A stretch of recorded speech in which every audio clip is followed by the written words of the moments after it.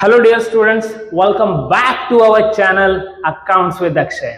जैसे कि मैंने आपको पहले वीडियो में बताया था, हमको इस टॉपिक में कुछ हिडन एडजस्टमेंट भी कवर करने हैं। तो ये वीडियो जो है उसमें मेरा fully concentration hidden adjustment solving पे रहेगा। तो let's begin to this video.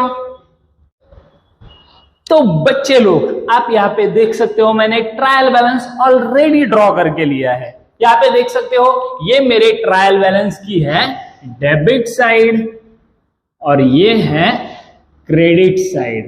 Okay, तो जैसा कि आप इधर देख सकते हो, डेबिट साइड को जैसे मैंने आपको पहले बताया था, डेबिट साइड को आते हैं एक्सपेंसेस एंड लॉसेस और असेट लिए जाते हैं, और क्रेडिट साइड को लिया जाता है income and gains and liabilities. तो यहां पे आप देख सकते हो सैलरीज है, एडवर्टाइजमेंट है जो कि इनडायरेक्ट एक्सपेंसेस है, जो कि प्रॉफिट एंड लॉस अकाउंट के डेबिट साइड को पोस्ट होते हैं। उसके अलावा यहां पे लिखा हुआ है 10% डिवेंचर। ये जो आइटम है, तो ये आइटम बैलेंस शीट का आइटम है। ये एक तरह की इन्वेस्टमेंट रहती है जो असेट को पोस्ट की जाती है बैलेंस शीट के।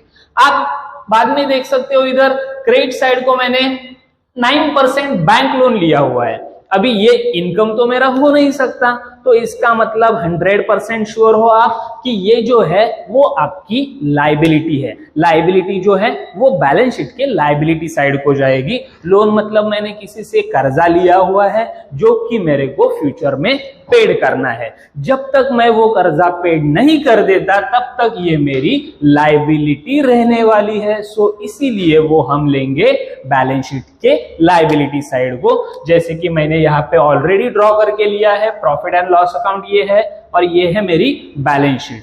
तो आइए अब देर ना करते हुए अब ये सारे जो आइटम्स है वो हम पहले पोस्ट करके लेते हैं। जैसे कि मैंने आपको बताया सैलरीज और एडवर्टाइजमेंट इनडायरेक्ट एक्सपेंसेस है, तो इनडायरेक्ट एक्सपेंसेस सारे के सारे जो रहते हैं वो प्रॉफिट एंड लॉस अकाउंट के डेबिट साइड को पोस्ट करके लेंगे।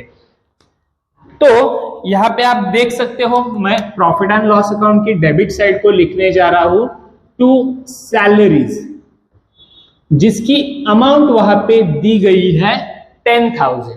Okay, so 10,000, don't forget to post this amount at the inner column.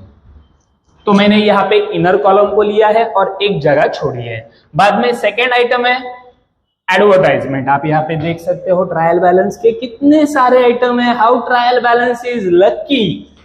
So apart from joke, यहाँ पे मैं एडवर्टाइजमेंट लिख रहा हूं।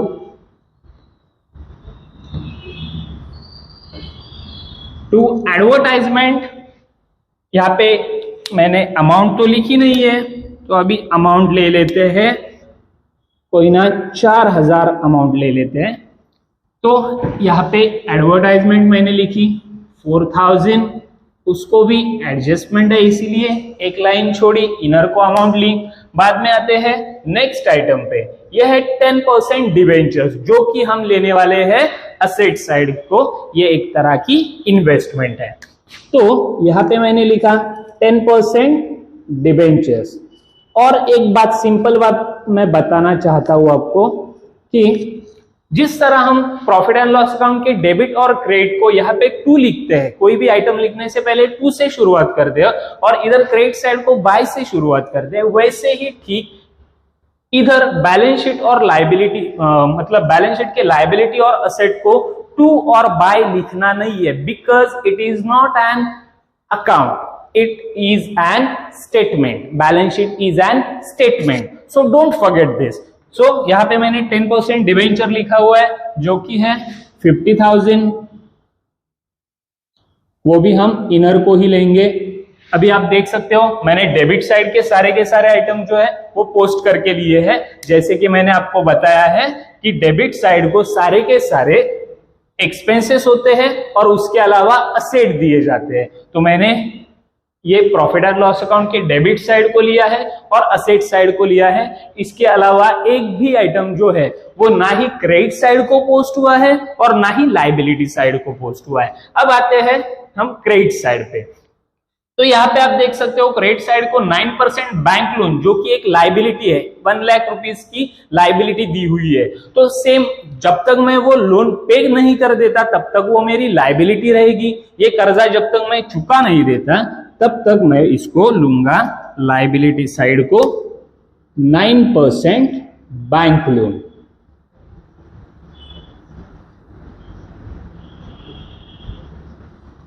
जो कि है 1 लाख। तो ये भी सेम मैं इनर को ही लिखने जा रहा हूं। तो आप देख सकते हो मैंने सारे के सारे आइटम्स जो थे वो मैंने पोस्ट करे हुए हैं। अभी आते हैं हिडन एडजस्टमेंट के सॉल्विंग पे। ये बहुत ही सिंपल सॉल्विंग है। आप देख सकते हो पहली जो हिडन एडजस्टमेंट है वो दी गई है सैलरीज पे। यहाँ पे सैलरीज जो है वो 10,000 दी हुई है और बाद में इधर एक नीचे एक ब्रैकेट में एक सेंटेंस लिखा हुआ है। वो क्या है आप देख सकते हो, फॉर 10 मंथ्स ओनली। ओके, सो ये जो सैलरी है वो 10,000 जो है वो सिर्फ 10 मंथ्स की है।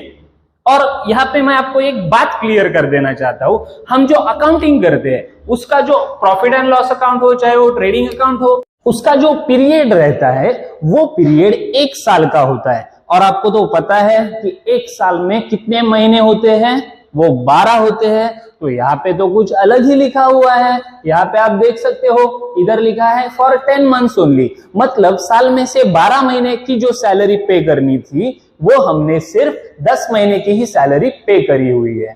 तो इसका मतलब ये है कि 2 महीने की सैलरी देना अभी बाकी है। और इसके लिए एक पर्टिकुलर वर्ड यूज किया जाता है जो आपको शायद पता होगा या नहीं होगा, मैं पहले बता चुका हूं, लेकिन कोई बात नहीं, फिर से आपके लिए मैं बता दे रहा हूं। इधर वो वर्ड है आउटस्टैंडिंग।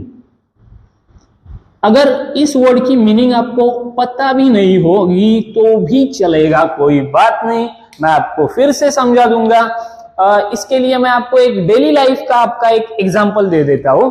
आप रियलिटी शो तो देखते होंगे, डांसिंग और सिंगिंग रियलिटी शो, जिसमें जो जजेस बैठे हुए होते हैं वो अपने परफॉर्मर के परफॉर्मेंस खत्म हो जाने के बाद एक वर्ड यूज करते हैं, इट वॉज आउटस्टैंडिंग एक्ट, ऐसा नॉर्मली बोला जाता है। इस आउटस्टैंडिंग एक्ट का मतलब क्या है कि ओ भाई जो तूने ये परफॉर्मेंस दी है वो आज तक किसी ने नहीं दी थी, मतलब आज तक नहीं दी है, अभी देना बाकी है। तो सेम कॉमर्स वालों के हिसाब से ये जो वर्ड है वो आउटस्टैंडिंग अभी देना बाकी है, मतलब अभी तक दी हुई नहीं है, अभी देना बाकी है in terms of money. So outstanding means जो पैसे अभी तक आने बाकी है, अभी तक दिए हुए नहीं है, उसी को क्या बोला जाता है, आउटस्टैंडिंग, मतलब वो देना बाकी है।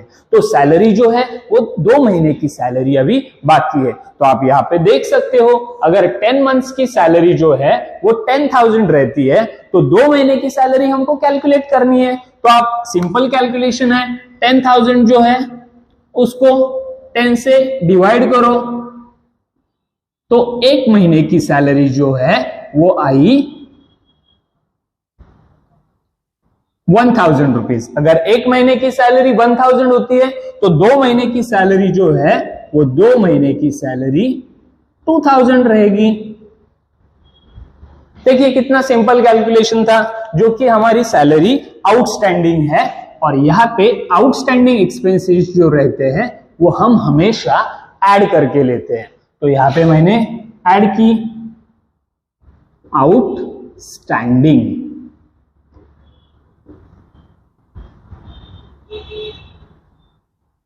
$2,000 और यहां पे मैंने आउटर को लिखने जा रहा हूं 12,000। ओके, सो यहां पे आप देख सकते हो मैंने आउटस्टैंडिंग जो है वो ऐड करके लिया है। जैसे कि मैंने आपको पिछले वीडियो में बताया था, ट्रायल बैलेंस के आइटम के एक ही इफेक्ट रहते हैं और एडजस्टमेंट के 2 इफेक्ट रहते हैं। तो जैसे कि ये सब हिडन एडजस्टमेंट है तो इनके 2 इफेक्ट्स होंगे। एक इफेक्ट को मैंने करके लिया है, इधर ऐड की हुई है सैलरी, और आउटस्टैंडिंग एक्सपेंसेस है। आउटस्टैंडिंग मतलब अभी तक जो पेड नहीं किया है वो आउटस्टैंडिंग, या अभी जो आना बाकी है उसे आउटस्टैंडिंग बोला जाता है।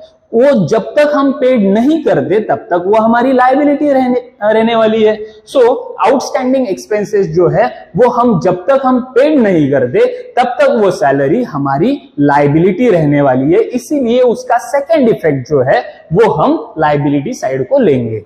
तो यहां पे मैं लिखने जा रहा हूं आउटस्टैंडिंग सैलरी, ये रहा हमारा सेकेंड इफेक्ट, आउटस्टैंडिंग सैलरी, और अमाउंट जो है वो डायरेक्टली मैं आउटर साइड को लूंगा ₹2000।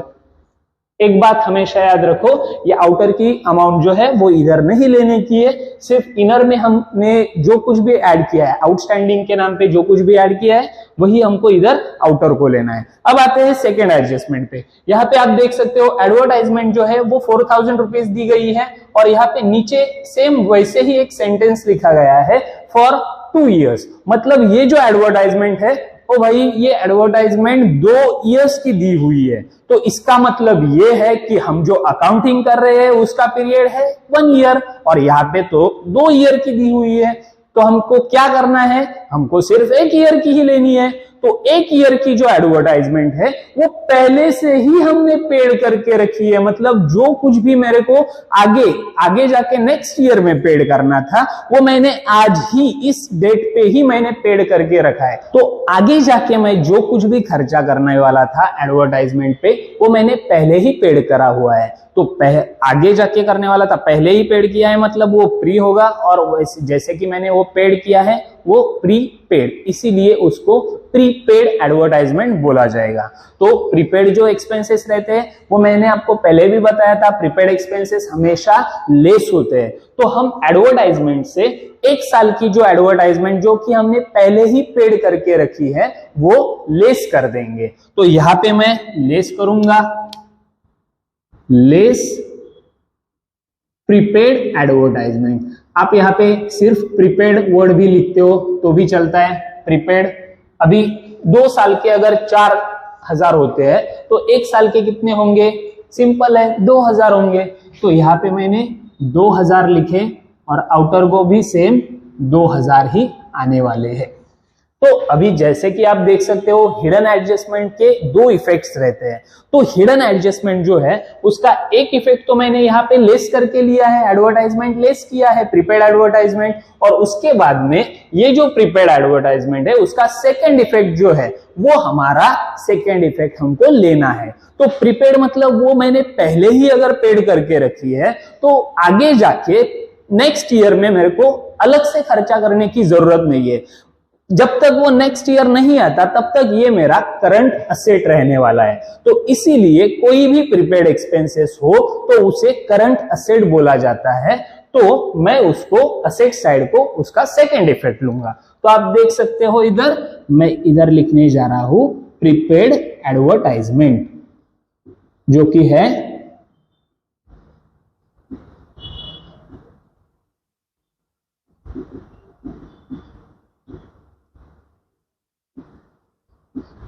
₹2000। यहां पे देख सकते हो मैंने दोनों इफेक्ट अच्छे से करके लिए हैं। बाद में हम आएंगे तीसरी एडजस्टमेंट पे जो कि है 10% डिवेंचर। ये एक तरह के इन्वेस्टमेंट होती है जो कि हमको असेट साइड को पोस्ट करनी है। चलिए तो फिर हम यहाँ पे मैंने ऑलरेडी पोस्ट करके रखा है 10% डिवेंचर्स। इधर आप देख सकते हो परचेस्ड ऑन 1 अक्टूबर। अभी ये क्या नया मामला है अभी हम देखते हैं। 10% डिवेंचर्स की जो अमाउंट है वो 50,000 दी हुई है, लेकिन ये जो डिवेंचर्स है ये जो एक तरह की इन्वेस्टमेंट है वो हमने परचेस कब की है, वो परचेस की है 1 अक्टूबर को। और हमारा ईयर एंड कब होता है, तो ईयर एंड हमारा जो है वो ईयर एंड हमारा हमेशा 31 मार्च रहता है। ओके तो ये जो हिडन एडजस्टमेंट है, ये जो डिबेंचर्स है 50,000 के, ये 10% की मीनिंग यहां पे मैं आपको बता देना चाहता हूं कि ये जो मैंने इन्वेस्टमेंट परचेस की हुई है इस इन्वेस्टमेंट पे मेरे को 10% रिटर्न ऑन इन्वेस्टमेंट मिलने वाला है। मतलब मेरे को जो कुछ भी फायदा होने वाला है इस इन्वेस्टमेंट पे उसका जो परसेंटेज रहेगा वो 10% रहेगा। मतलब 50,000 पे मेरे को 10% रिटर्न ऑन इन्वेस्टमेंट इनकम मिलेगा, इंटरेस्ट मिलेगा। जैसे कि हम लोग बैंक में कोई भी अपनी सेविंग रखते हैं तब बैंक हमको इंटरेस्ट देता है, बैंक हमारे खाते में इंटरेस्ट क्रिएट करता है। वैसे ही सेम जब भी कोई हम इन्वेस्टमेंट में अगर हमारे पैसे इन्वेस्ट करते हैं तो हमको सेम इंटरेस्ट मिलता है। तो यहाँ पे मैंने 50,000 में 50,000 की इन्वेस्टमेंट की है डिबेंचर्स में, तो उस पे जो इंटरेस्ट रेट है वो इंटरेस्ट रेट है 10%। तो 50,000 पे हमने अभी 10% कैलकुलेट करके लेना है। तो 50,000 यहाँ पे मैंने लिखे और उस पे 10% कैलकुलेट करने हैं। तो इसके अगर 10% आपको निकालने होंगे तो यहाँ पे मैं आपको एक आसान तरीका बता देता हूं। अगर किसी भी अमाउंट की अगर आपको 10% निकालनी होंगी तो आप यहाँ पे एक सिंपल कैलकुलेशन कर सकते हो, उसका जो लास्ट जीरो रहता है वो इरेज कर दो। ओके, तो बाकी बची हुई जो अमाउंट होगी वो हमारी 10% अमाउंट रहेगी। तो यहाँ पे आप देख सकते हो एक जीरो डिलीट करने के बाद मेरे पास जो अमाउंट बची है वो है 5,000, जो कि है हमारी 10% अमाउंट। ओके, सो ये 10% अमाउंट जो है वो पूरे की पूरे 12 महीने की है। यहाँ पे स्पेसिफिकली दिया हुआ नहीं है, लेकिन हमको एज्यूम करना है कि ये जो अमाउंट है वो पूरे की पूरे 12 महीने की है। तो हम इधर देख सकते हैं ये जो डिबेंचर्स है वो परचेस कब किए हैं, 1 अक्टूबर को परचेस किए हैं। ओके, मैंने यहाँ पे ईयर मेंशन नहीं किया है, लेकिन आप जब प्रॉब्लम कोई भी सॉल्व करेंगे तो आपको वहां पे ईयर दिया जाएगा। ये कोई बड़ी बात नहीं है, सिर्फ आपको समझ आना चाहिए, इसीलिए मैं अभी यहाँ पे ईयर नहीं लिखा है, आप यहाँ पे देख सकते हो। सो ये 1 अक्टूबर को अगर परचेस किया है, और जैसे कि मैंने आपको पहले बताया हमारा ईयर एंड जो है वो ईयर एंड हमारा 31 मार्च को रहता है। तो अगर मैंने वो 1 अक्टूबर को डिबेंचर्स खरीदे हैं तो मेरे को इंटरेस्ट भी उसी डेट से चालू होगा। तो 1 अक्टूबर से लेके 31 मार्च तक मेरे को महीने काउंट करने हैं। तो आप कर सकते हो, देखो आप कर सकते हो, मतलब अक्टूबर से लेके मार्च तक आपको मंथ्स कैलकुलेट करने। तो अक्टूबर, नवंबर, दिसंबर, जनवरी, फरवरी और मार्च। तो आप देख सकते हो इधर मेरे कितने मंथ्स हुए हैं, 6 महीने हुए हैं। तो यहाँ पे तो इंटरेस्ट मेरे को मिला है 12 महीने का, तो मेरे को अभी लेना कितना है, 6 मंथ्स का। तो अगर 12 महीने का इंटरेस्ट जो है वो 5,000 रहता है, तो 6 मंथ का जो इंटरेस्ट रहेगा वो रहेगा 2,500। तो ये रहा हमारा इंटरेस्ट, ये रही रिटर्न ऑन इन्वेस्टमेंट जो कि हमको डिबेंचर्स पे मिलने वाली है। तो यहाँ पे हम वो इंटरेस्ट जो है वो क्या कर देंगे, ऐड कर देंगे, ऐड इंटरेस्ट, जो कि है 2,500। और यहाँ पे आप आउटर को अमाउंट लिख सकते हो, 50,000 प्लस 2,500 इज इक्वल टू 52,500। अभी जैसे कि मैंने आपको पहले बताया, every hidden adjustment has its two own effect. तो मैंने पहला इफेक्ट तो करके लिया है इधर, तो अभी दूसरा इफेक्ट जो है वो इफेक्ट किधर आएगा। तो आप देख सकते हो कि ये जो इंटरेस्ट है वो मेरे को मिलने वाला है, 10% इंटरेस्ट जो है वो मेरे को मिलने वाला है, इसीलिए वो मेरा इनकम हुआ। तो मैं ये जो इनकम है तो मैं प्रॉफिट एंड लॉस अकाउंट के क्रेडिट साइड को लूंगा। ये है मेरी प्रॉफिट एंड लॉस अकाउंट की क्रेडिट साइड, और ये रही मेरी डेबिट साइड।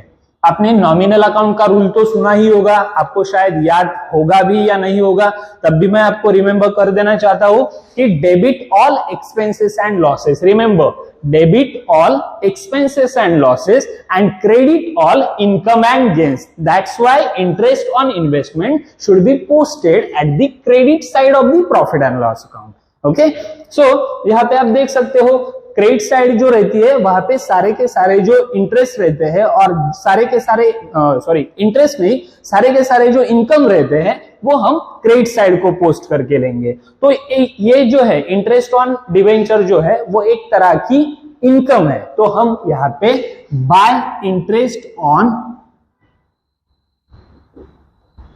10% डिवेंचर इस नाम से यहाँ पे पोस्ट करेंगे। Interest on 10% debentures rupees 2,500। Okay, तो नेक्स्ट एडजस्टमेंट है हमारी 9% बैंक लोन, जो कि हमारी लायबिलिटी है, जो कि मैंने पहले ही यहाँ पे पोस्ट करके ली है। अभी इसका मतलब समझते हैं। ये जो बैंक लोन है ना, ये बिजनेस ने कर्जा लिया हुआ है, 1 लाख का कर्जा लिया हुआ है, और ये कर्जा जो है वो उस पे इंटरेस्ट रेट जो है वो बैंक ने इंटरेस्ट रेट लगाया है 9%। इसको हिडन एडजस्टमेंट इसीलिए बोला जाता है कि आपको वहां पे पर्टिकुलर वहां पे सेंटेंस नहीं दिया होता कि बैंक ने बाबा आपको 9% उधर इंटरेस्ट लगाया है, ऐसा दिया नहीं जाता। 9% बैंक लोन का मीनिंग ही ये है कि ये जो बैंक लोन है, जो कि मैंने 1 लाख रुपए किसी भी बैंक से लिया है, उस पर मेरे को इंटरेस्ट देना पड़ेगा 9%। जबकि मैंने कर्जा लिया है तो मेरा वहां पे ससुर तो नहीं बैठा होगा जो मेरे को फ्री में दे देगा, तो मेरे को क्या करना होगा, वहां पे इंटरेस्ट पे करना होगा। तो इंटरेस्ट रेट कितना रहेगा वहां पे, 9%। सो पहले हम क्या करते हैं, इस 1 लाख पे 9% इंटरेस्ट कैलकुलेट करके लेते हैं। तो पहले मैं यहां पे इरेज कर देना चाहता हूं, ये आप देख सकते हो, इधर मैं वर्किंग नोट करता हूं। 9% बैंक लोन जो है वो 9% बैंक लोन अमाउंट है उसकी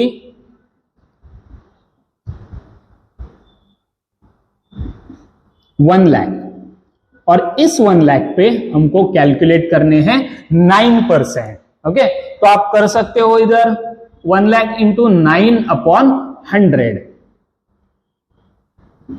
1000। अभी ये 2 बचे हुए जो है 1000 और 9, इसमें मल्टीप्लीकेशन का हमको मल्टीप्लीकेशन करना है। 1000 into 9 is equal to 9000। So interest जो है वो इंटरेस्ट हमको 9000 पे करना पड़ेगा।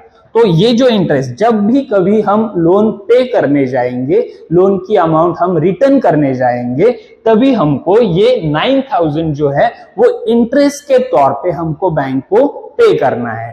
तो ये जो इंटरेस्ट है वो मैं यहां पे ऐड करके लेता हूं, ऐड इंटरेस्ट ₹9,000, और अभी हम आउटर को लेंगे 1,09,000। अभी इसका सेकेंड इफेक्ट भी हमको करना है, तो सेकेंड इफेक्ट कैसे करेंगे हम लोग, तो इसकी मीनिंग पहले समझ लो। ये जो इंटरेस्ट है वो लोन पे इंटरेस्ट है, ये मेरे को मिल नहीं रहा है, ये मेरे को देना पड़ रहा है। ये मैं जब भी कभी मैं लोन रिपे करने जाऊंगा तो ये इंटरेस्ट जो है वो मेरे को बैंक को लौटाना पड़ेगा, क्योंकि बैंक ने मेरे को 1 लाख रुपए यूज करने दिए है, तो वो फ्री ऑफ कॉस्ट तो नहीं देंगे। इसके बदले में मेरे को कुछ अमाउंट इंटरेस्ट के तौर पे मेरे को बैंक को देनी पड़ेगी। इसका मतलब ये होता है कि मेरा वो खर्चा है, ये जो इंटरेस्ट है ये मेरा खर्चा है। इधर का इंटरेस्ट जो था वो मेरे को मिलने वाला था, डिबेंचर पे जो इंटरेस्ट था वो मेरे को मिलने वाला था, इसीलिए वो मेरा इनकम है। लेकिन ये जो इंटरेस्ट है, लोन पे जो इंटरेस्ट लिखा है, वो इंटरेस्ट मेरे को पेड करना होगा। इन फ्यूचर जाके मेरे को ये इंटरेस्ट पे करना है, तो उसके हिसाब से ये इंटरेस्ट हुआ मेरा एक्सपेंसेस। ओके, तो जैसे कि मैंने आपको नॉमिनल अकाउंट का रूल बताया है, debit all expenses and losses. So ये इंटरेस्ट जो है उसका सेकेंड इफेक्ट जो है वो हमेशा आपको प्रॉफिट एंड लॉस अकाउंट के डेबिट साइड को करना है। तो मैंने यहां पे लिखा है to interest on 9% bank loan, जिसकी अमाउंट है 9000।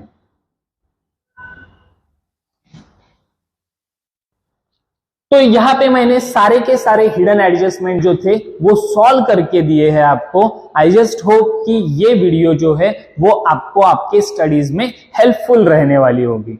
तो अगर आपको कुछ भी समझ नहीं आया होगा तो मेरे को आप कमेंट सेक्शन में आप बता सकते हो, मैं आपको अच्छे से समझा दूंगा। और ये जो वीडियो आप अगर पहली बार ये चैनल देख रहे हो, पहली बार ये वीडियो देख रहे हो, तो इसको प्लीज लाइक, शेयर और मेरे चैनल को सब्सक्राइब जरूर करना। और अगर आपको कोई भी टॉपिक में अगर कोई भी प्रॉब्लम आता होगा तो मेरे को प्लीज कमेंट सेक्शन में बताइएगा, जिसके हिसाब से मैं यहाँ पे और भी अच्छे से वीडियो अपलोड कर दूंगा, जिससे आपको स्टडी में हेल्प रहेगी। So thank you so much.